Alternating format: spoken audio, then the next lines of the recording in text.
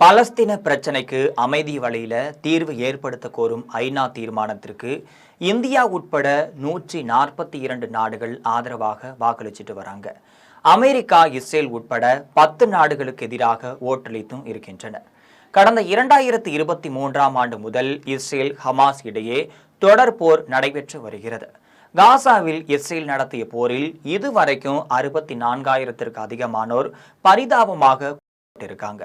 போர் நிறுத்தம் குறித்து சர்வதேச அளவுல இஸ்ரேல் மீது அழுத்தம் அதிகரித்துள்ள இந்த சூழ்நிலையில தான் பாலஸ்தீன பிரச்சினைக்கு அமைதியான தீர்வுக்கான வலியுறுத்தியும் பாலஸ்தீனமும் இஸ்ரேலும் இரு தனித்தனி நாடுகள் என்ற திட்டத்தை அமல் செய்ய வலியுறுத்தியும் ஐநாவில் தீர்மானமானது கொண்டு வரப்பட்டிருக்கு.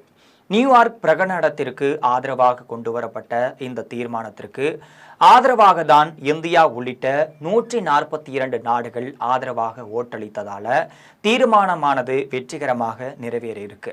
இதற்கிடையே பாலஸ்தீனம் இருக்காது என இஸ்ரேல் பிரதமர் பெஞ்சமின் நெதன்யாகு தெரிவித்துள்ள கருத்தால பரபரப்பையும் ஏற்படுத்தியிருக்கு.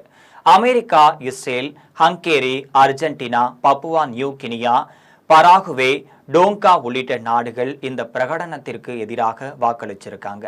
அதே நேரத்துல தான் 12 நாடுகள் ஓட்டெடுப்பில் பங்கேற்காமல் தவிர்த்துட்டு வந்திருக்காங்க. இதற்கிடையே நியூயார்க்ல வரும் செப்டம்பர் 12ஆம் தேதி ஐநா உச்சி மாநாடு நடைபெற இருக்கிறது. இதற்கு சவுதி அரேபியா மற்றும் பிரான்ஸ் இணைந்து தலைமை தாங்குகின்றனர். இந்த உச்சி மாநாட்டில் பிரான்ஸ் அதிபர் இமானுவேல் மேக்ரான் பாலஸ்தீன அரசை முறையாக அங்கீகரிப்பதாக உறுதியளிச்சிருக்காரு. இதற்கிடையே இனி ஒருபோதும் பாலஸ்தீனம் என்னும் நாடு அமையாது, இந்த இடம் எங்களுக்கு சொந்தமானது என இஸ்ரேல் பிரதமர் பெஞ்சமின் நெதன்யாகு திட்டவட்டமாக தெரிவிச்சிருக்காரு.